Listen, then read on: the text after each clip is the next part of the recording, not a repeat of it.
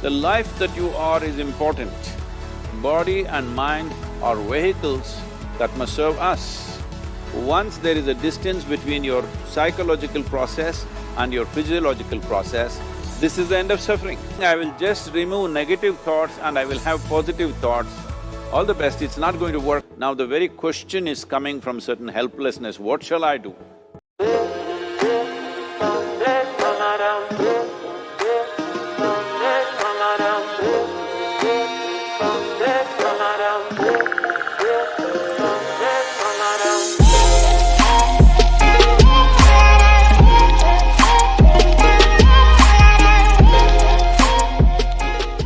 Well, see the way the question is asked and also the way normally it's addressed is, people think there is something called as negative thought and positive thought.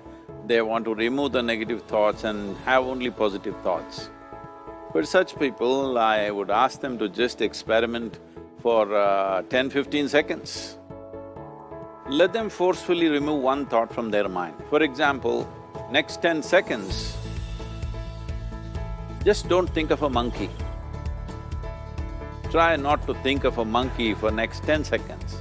You will see you will be full of monkeys. So what I'm saying is, this is the nature of your mind, because in this mind, all the three pedals are throttle. There is no brake, there is no clutch. Whatever you touch, it will only go faster. In this kind of mind, people have been taught from moral teachers and religious teachers, do not think about bad things. Well, since then it's been a full-time job. So there is no way you can handle the mind like this. This doesn't need any great enlightenment. If you spend 2 minutes with your eyes closed, you will realize you cannot do anything forcefully with this mind. So, I want to remove negative thoughts. Do not ever go in this direction because what you want to remove will become your quality. Always you will be on it. So what should I do?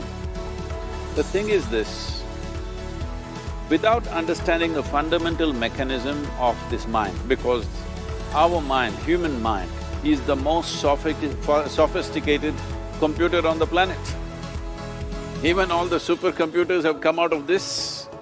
When this is the case, is it not important that we understand the mechanics of how it functions? One simplistic aspect of how it functions is, there are no subtractions and divisions in our mind. There is only addition and multiplication. If you try to do something with it, it will say one more. If you try hard, it will multiply into many more. In this mind, you don't try to identify what is positive, what is negative and try to remove it. First of all, one needs to understand, this mind of yours, this body of yours is supposed to serve you. The life that you are is important. Body and mind are vehicles that must serve us. If you sit in a vehicle, it must go where you want to go. If it goes to its own destination, what is the point of such a vehicle? It's just a nuisance. Right now, most human beings are unfortunately experiencing this fantastic possibility of human mind as a nuisance, as a troublesome thing. Well, this is the most beautiful thing you have.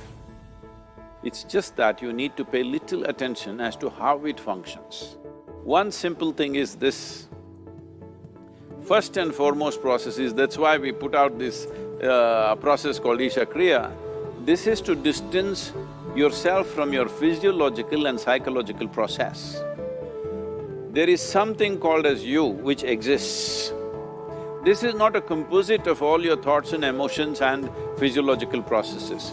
Beyond that, there is you. If you close your eyes, even if you cannot see anything, you're still there.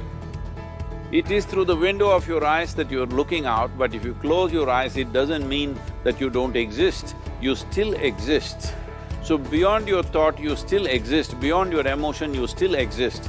So that you, the life that you are, this has to come into your experience. Why is it that you're not allowing that to come into your experience, which is the most significant aspect of who you are? Who you are right now, the most significant aspect is, you and me are alive right now, this is it. What I'm thinking, what you're thinking is not the important thing. We are alive right now, that is the important thing. So, It is important that you focus on this fundamental sense of aliveness within you, and then you will see there is a natural distance between you and your thought process. Once there is a distance between your psychological process and your physiological process, this is the end of suffering. Because there are only two kinds of suffering that human beings go through, physical suffering and mental suffering. Once you create a little space between you and your mind, between you and your body, this is the end of suffering.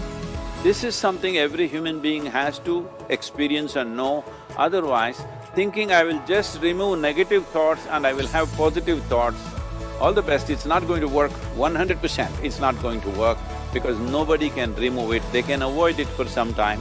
So when negative thoughts come, you say Ram Ram, Shiva Shiva, whatever you want, but this is just avoiding, it's not gone.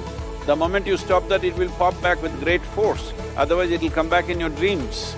So it's very important, first of all you need to understand your anger, your resentment, your fear, your anxieties, the negativity that you generate. Generally resentment, anger, it is always directed towards somebody. But we need to understand this is poisons that we are drinking and expecting somebody else to die. Fortunately, life doesn't work like that. If I drink poison, I die. If I drink poison, you don't die. So, we need to understand this. When I say poison, today you can have yourself chemically analyzed. Right now, what is your blood work, what it says? 5 minutes of intense anger, check your blood work and see, there will be lots of negative elements in it, literally you're poisoning yourself. So, do you want to poison yourself? Definitely not. Now the very question is coming from certain helplessness, what shall I do? Don't do anything, just sit back and just concern yourself with something which is a life process. Maybe your heartbeat, maybe your breath, maybe just the sensation of being alive. Depending upon how sensitive or how perceptive you are, accordingly, find something. It could be a sensation in the body, it could be breath, it could be heartbeat, it could be anything, something which indicates life to you.